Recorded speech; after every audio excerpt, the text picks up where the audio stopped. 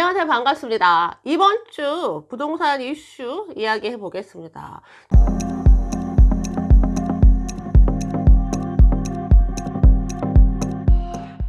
첫 번째 소식은 GTX 노선에 따른 집값 상승에 대해서 이야기를 해보려고 해요. 원래 집값 상승을 좀 저지시키기 위해서 주거의 안정을 꾀하기 위해서 만든 것이 바로 GTX였어요. GTX는 2기 신도시 분양 이후에 직장과 주거의 인프라가 취약한 문제를 해결하기 위해서 만들었죠. 궁극적으로는 출퇴근 문제를 해결해보자 라는 취지였고요. 글로벌 금융 위기를 거치면서 사업이 지체되었다가 문재인 정부 들어서서 주거 안정 대책인 수도권 3기 신도시와 맞물려서 다시 탄력을 받게 되었습니다. 일반 지하철과 가장 큰 차이는 속도예요. 인천 경기에서 도심까지 지금 한 2~3시간 정도 걸리는 시간이 20~30분으로 단축이 될 수 있습니다.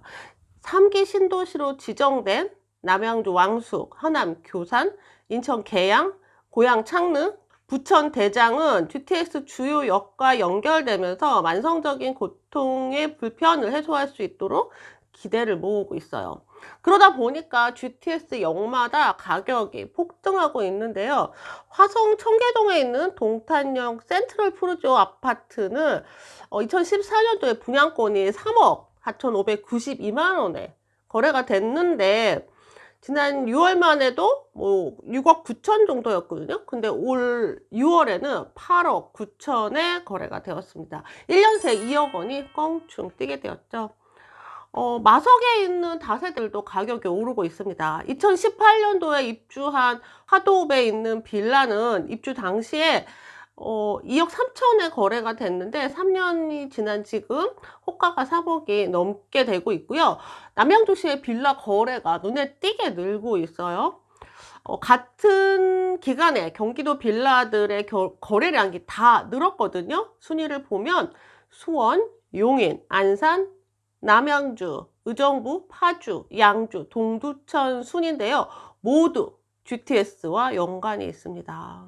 인덕원에 있는 인덕원 푸르지오 엑센트로는 6월 달에 16억 3천만 원에 거래가 됐거든요. 지난 12월 평균 가격은 9억 7,800만 원이었습니다. 그러니까 6개월 새에 자그마치 7억이나 오르게 된 거죠. 원래 이제 길이 뚫리면, 도로가 뚫리면 부동산 가격이 상승한다는 것은 기본 상식이죠. 그런데 우리도 집값 좀 올리고 싶다라고 뭐 김포, 검단의 시민들이 막 국민청원도 하고 촛불 시위도 하고 그랬었어요.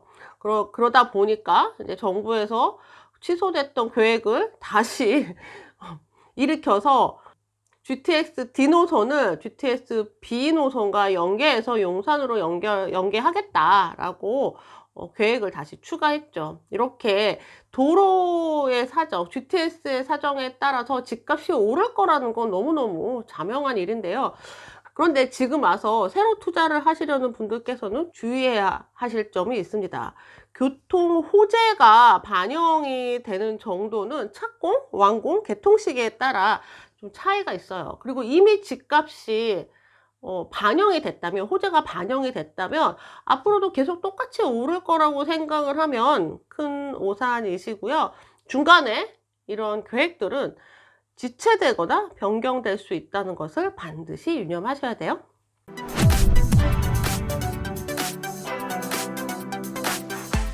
자, 두 번째 소식입니다. 정부는 지금 집값이 고점에 다다랐다고 경고 메시지를 계속 보내고 있습니다. 지난 21일 홍남기 경제부총리 겸 기획재정부 장관은 주택 가격이 고평가되었으며 주택 가격이 조정 시에 영향이 대해서 크게 우려하고 있다고 경고를 했습니다. 한국은행도 최근 금융안전보고서에서 이런 문제에 대한 우려를 나타냈죠. 특히 주택 가격이 하락하게 되면 시뮬레이션을 하면서 최대 20%까지 하락할 수 있다고 경고했습니다. 자, 정부의 지속적인 이런 경고에도 집값은 아랑곳하지 않고 계속 오르고 있어요. 지난 시간에도 말씀드렸죠. 매매 수급 지수나 심리 지수가 좀처럼 사그라들고 있지는 않습니다. 근데 정부 경고가 계속 있는데도 지금 사지 않으면 안 되겠다는 그런 달리고 싶은 마음을 주체할 수가 없는 거죠. 왜요? 걱정과 불안 때문입니다. 지금 사지 않으면 언제 살 수 있을지 모른다는 그런 걱정과 불안 때문인데요. 사실 공급이 많이 부족한 것도 사실이에요. 그래서 상대적으로 집값이 낮은 서울 외곽인 노도강 지역에서는 크게 또 상승이 이어지고 있고요. 또 교통 호재, 재건축 기대감으로 인해서 개발 산업 기대감도 배제할 수 없는 상황입니다. 전셋값도 여전히 불안합니다. 자, 홍남기 경제부총리가 임대차 3법이 임차인의 주거 안정에 기여했다고 자화자찬을 했는데요. 진짜. 예. 기여했나요? 전세가는 계속 오르고 있거든요. 지금 장난 아닙니다. 재건축 2년 실거주 폐지 이후에 음마아파트의 전세가가 하락이 되었다는 소식 지난주에 전해드렸어요.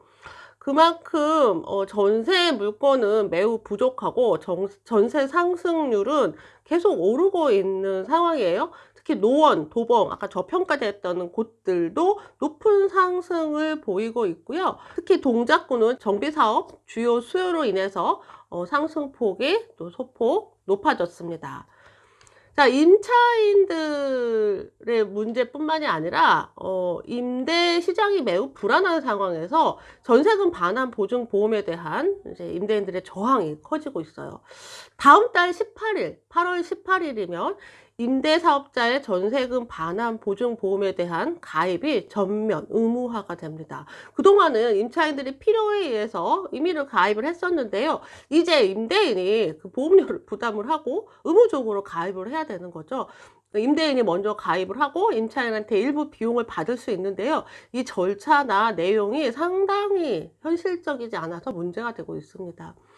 자, 먼저 전세금 반환 보증보험이 뭔지 말씀을 드릴게요. 임대사업자가 임차인에게 전세금을 반환하지 못하게 될 경우에 주택도시보증공사나 서울보증보험이 이제 보증을 지는 상품이에요. 그래서 과거에는 전세입자가 자기 돈 내고 했던 건데 지금은 임차인들이 내던 것을 임대인이 떠안아야 되는 상황인데 문제는 이 내용을 하기가 쉽지 않다는 거예요.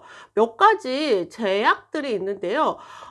주택을 담보로 시세의 60% 이상 대출을 받았거나 아니면 전세금이 시세에 육박하는 깡통 전세인 경우에는 이 보증보험 가입 자체가 거절됩니다.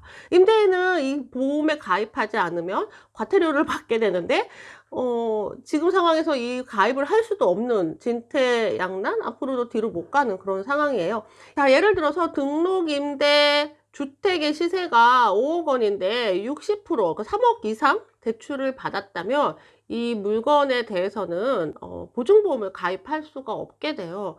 그러니 별 수 없이 임대인들은 전세 보증금을 낮추는 월세나 아니면 깔세로 할 수밖에 없습니다. 깔세라는 건 보증금 안 받고 월세만 해서 월세만 계산해서 연으로 받는 방식이거든요. 원래 우리나라에는 흔하지 않은 방식이고 주로 제주도에서만 깔세를 하고 또 단기 사업자들이 하시는데 뭐 지금은 보증보험을 가입을 하지 않으면 안 된다 하니까 어쩔 수 없이 깔세를 할 수밖에 없지 않나 싶어요.